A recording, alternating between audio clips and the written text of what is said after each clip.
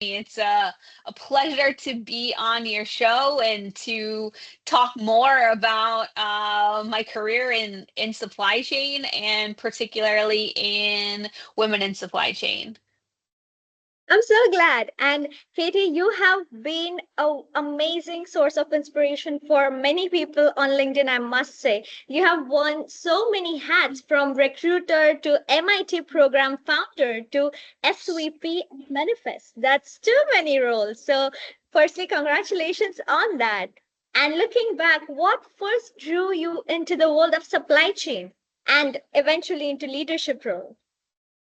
Yeah, absolutely. So I always say that no one really intends to go into supply chain. A lot of people that are in my position just kind of stumbled into supply chain, and truly supply chain, is everywhere.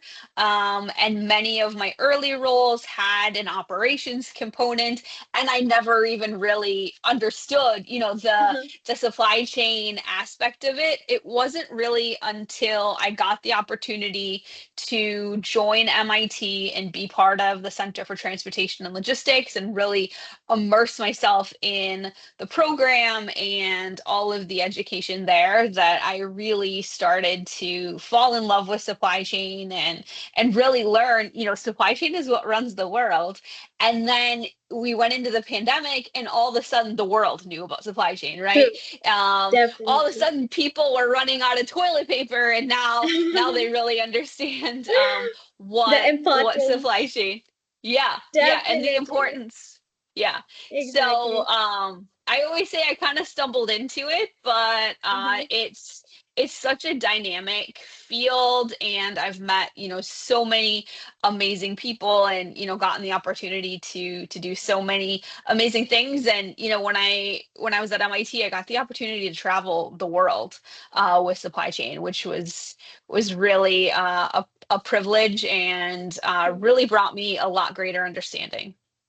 That is so awesome. And I'm so glad that supply chain has brought so much amazing things into your life. And I must say that your love for supply chain definitely shows by you founding the MIT Women in Supply Chain initiative. It's such a big deal, and it has created such a huge impact on advancing the DEIB in the industry. What inspired you to launch it, and what do you see as its most powerful legacy so far? Yeah, absolutely. So, when I was at MIT, I had the opportunity to sit at the table with leaders from some of the most powerful supply chains in the world. And I quickly noticed that most of those tables, I was the only woman, or maybe, one of, one or two women at the table. And being very naturally curious, I started to ask why. Supply chain is such a perfect industry for True. women, and our natural innate talents. Why weren't there more women at the table? And so it True. really started out with, just being curious and asking questions, and really seeking to understand what were the barriers to True. women advancing in supply chain. And Hmm. so then that led to doing a survey and eventually founding the Women in Supply Chain Initiative, which, like you said, has had such a large Huge. impact, not Yeah. only on leadership, but also attracting more women to seek graduate education in supply True. chain. And I would say one of the most powerful parts of that legacy is the number of women that I was able to attract to the Masters in Supply Chain Management program at MIT, which goes on now and is now led by, powerhouse Dr. Maria Jesus Sands, who still, I mean, she talk about a powerhouse in the supply chain industry. She truly, has been a powerhouse in the industry for many years. And now with her leading the program, the number of women that she's able to attract to the program and then to go out and make a difference, truly is inspiring to me. Definitely. And the way it your program, your initiative is attracting people into supply chain sector is crazy. Like for me, when I was checking what supply chain is about, how it can happen, I did come across your initiative and I was like, oh wow, that is so awesome. And the fact that it's such a need, I would like to point out, then a want. Like it wasn't like a random industry and initiative that just came up. Supply chain in itself is an important industry, and women being a part of it is so essential. Like each and every person that I've spoken to till now has still pointed it out that we see progress from when we had started, but it is still yet to come. And when a 100%. exactly, and when like a big institute like MIT gets associated with a big initiative like yours, I think creates such a huge impact. It kind of gives a confirmation bias to people that okay, this matters, because of which such a big institute is getting associated with it. So thank you for attracting so many young girls like me into the sector as well, because it does make a lot of difference when it's being spoken about, being attracted to. It's like amazing. Like, oh my God, that's so much impact to be made by you. And you Yeah, have been absolutely. exactly, and you have been such a supportive person, not just for like the sector, but even for people like me. You gave me the opportunity to interview you today. Like, you didn't have any questions. You're like, yes, Arshi, let's do it. You didn't ask for any like credibility. You were like, okay, you want to try something in the supply chain sector? I'm just going to be there for you. So, that kind of attitude which you are showing is something that helps girls like me advance in the sector. Yeah, I firmly believe that you can't be what you can't see. And so by kind of lifting as we rise and giving opportunities to, the young women who are interested in the industry, it gives them not only inspiration to go for it, but it helps them, along the way. Definitely. And believe me, it is definitely helping me right now, because you're not only just inspiring me, but other people out there who believe that, okay, I'm not sure if I'll be able to speak to such a high level person who has been at doing so many things. Like that confidence comes when you get a yes from one person. It builds. It's like, okay, if she agreed, I think someone else might agree too. And talking about that, you have been a keynote speaker and a thought leader. Your leadership skills are amazing. They are showcasing everywhere out there. And you have been a mentor to a lot of people, and you have also been a part of the DEIB across major global events. So, in your experience, what's the most overlooked barrier to building truly inclusive supply chain? Yeah, absolutely. So I think the biggest overlooked barrier isn't who's at the table. It's whose voices are actually counting once they're there. Too often, diverse employees or suppliers are included in name, but not given equal access to resources, data, or influence. I really think that true inclusion means shifting that decision-making power, not just representation. So for me, it's really that power imbalance that is in voice and visibility. I think inclusion requires rewiring, not just who participates, but how the decisions are made, ensuring that these historically underrepresented stakeholders have equitable access to resources, to transparency, to influence. That's where I think that the mentorship and the intentional diversity, equity, inclusion, and belonging practices come in. It's not just as the, check the box activities, True. but it's levers that need to redesign the way that supply chains actually function. Definitely. And the way that Katie, you have been presenting yourself out there, it shows that mentorship is clearly a passion to you. So, talking about mentorship, can you share a story with us where mentorship, either as a mentor or a mentee, fundamentally changed the trajectory of your career? Yeah, absolutely. This is one of my favorite questions. So Okay. for me, the turning point in my career was when a woman founder named Kip Hollister gave me the opportunity to completely change my career. but also encouraged me to bring my whole self to work.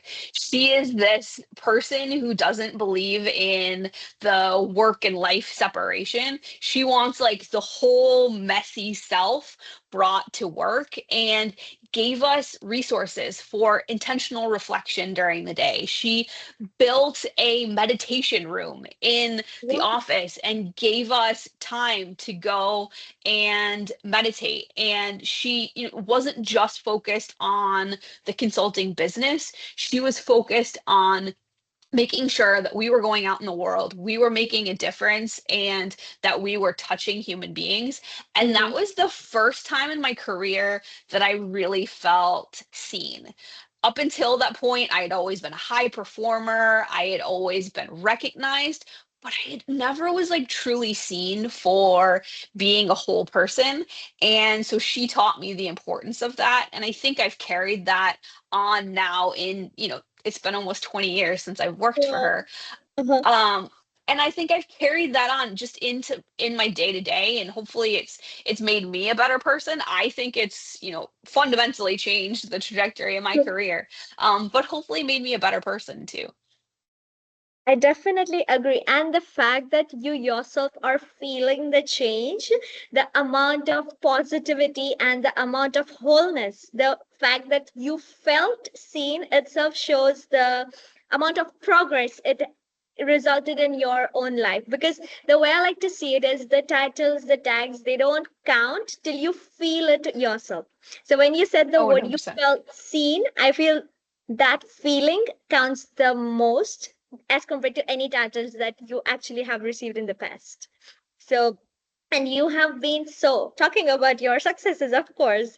You have worked so much with startups, academia, and Fortune 100 companies. So, what was the difference in these different organizations that you dealt with when it came to approaching the DEIB in supply chain?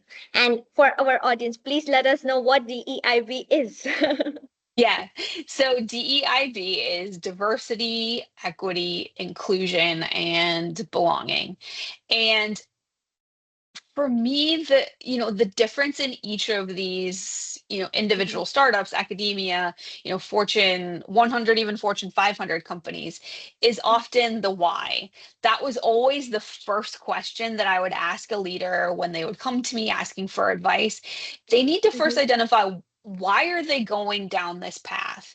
And for academia, it's often easy because you naturally have the, permission to be curious. Whereas with startups, it's often, a mandate that's put on by by an investor, or by, thinking that they need to do it. And True. the same with Fortune 100 companies. So I often ask them to bring it back to the, why are you doing this? And then work back into the, this is how you can integrate it into your business. Because for no two businesses is the answer going to be the same. True. Wow. Okay. I love the fact that your main question is the why. Like, do you personally know why you are doing a certain aspect? How inspired are you? And I think the way they talk about it itself gives away a lot of information about the way they're dealing with that specific area of their company or business. And I think that does help a lot to give out the main idea as to how we shall move ahead with the whole project. And talking you just mentioned to us that you felt seen. So when we say seen, is are we talking about the recognition? Are we talking about how it feels on the internal level? Because the way I understand it is recognition itself is wonderful, but the impact, it feels deeper on a deeper level. So again, what one initiative of conversation was it with your mentor that made you feel like seen? Yeah, absolutely. So, you're right. Recognition is amazing. Being, on stage in front of, hundreds, thousands of people, that, it gives you a rush, But Mm. ultimately, what really matters are those small conversations. So when I have a former student that comes back to me and says, this little thing that you said during a mentoring session that we had 5 years ago, this made an impact on me. And I didn't even know what I said. You know what I mean? So it's True. it's those little things and those Yeah. small conversations that again bring you back to the why. Why are you doing this? Why does this work matter so much? It's making those small little impacts, because I Mhm. firmly believe that those people that you're making an impact on, those are the ones that are going to impact change. Those are going to be the change makers, because those are the people who have the tools to go forward. And so seeing that, in a former student or a mentee or a former colleague, those are the moments where I'm like, yeah, this is why I do this work. That's so good that the fact that you have your why as to why you're doing a particular task is so important. And being a mentor does come with a lot of responsibility. That's what I have understood it to be like. So, how do you think is the idea of mentorship going around with our generation, Gen Z specifically, like the way we are trying to perceive it and understand it? Because for us, I would say we, at least for me and my friends in my first circle, we do put a lot of pressure on ourselves at this young age of 22 and 25 and stuff, that we have to do a lot of things. And having that mentor who's going to guide us is so important. So, what exactly do you think is going to be your advice for us as to the mentorship aspect of it? Yeah, so one of my first tips that I always give, whether it's a company or a Mhm. person that's looking to start a mentorship program or enter into a mentee mentorship agreement relationship, is to have that agreement. It's like an upfront Mhm. contract. Make sure that both the mentor and the mentee are coming into the relationship, that they have a clear idea of what both are trying to achieve from this relationship, and Mhm. then make sure that in addition to the mentoring sessions, that you're scheduling regular check-ins to make Mhm. sure that this relationship is really serving both of Purpose. you. Yeah. Yeah, and to make sure that, maybe a year goes by, and maybe this relationship has come to the end of its, useful cycle, Mhm. and to know that it's okay to walk away. Um, there are a lot of Gen Z, both young men and young women that I talk to, that are almost afraid to admit that maybe something didn't work out. Like you Yeah. said, they've put so much pressure on themselves, True. that to have that perspective of, okay, this has served me. I've gotten what I needed out of it. Now it's time to move on and use the tools that I've built to take that into the next mentor mentee relationship, or maybe they're ready to move into being a mentor themselves and use those lessons that they've learned to move forward and mentor the next generation. I think that's really important. Wow, Katie, thank you for one of the most important points. The fact that I think most of us find it difficult to accept that, yeah, we don't like accepting that something didn't work out. We take a very long time to make our peace with it, that, okay, probably we are messed up somewhere. And it's not just about the personal relationships, but also when it comes to working on a project, a group assignment, or just our career decisions. Because even for me, when I made my choice of my specialization, it felt like, okay, I need to be super sure of this thing for the next 20, 30 years, which probably won't even be true. Like, just like each and every person I have been speaking to till now, everyone has made transitions.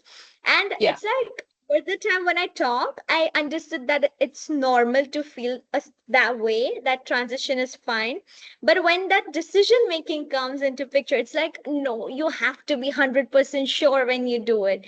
And so when it doesn't work out, it's like a whole big pile of regret, depressive feeling like, okay, you messed up big time.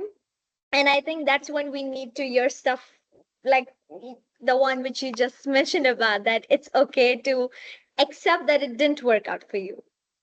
Yeah, and that doesn't mean that it's a failure. It just means that it wasn't meant to be. Take the lessons that you've learned, take those and apply them to the next thing that you want to tackle. Definitely. And hopefully over the time with age we all will be able to actually implement that nicely, where we are able to accept that sense of failure, or no, okay, that's the wrong word, I would say.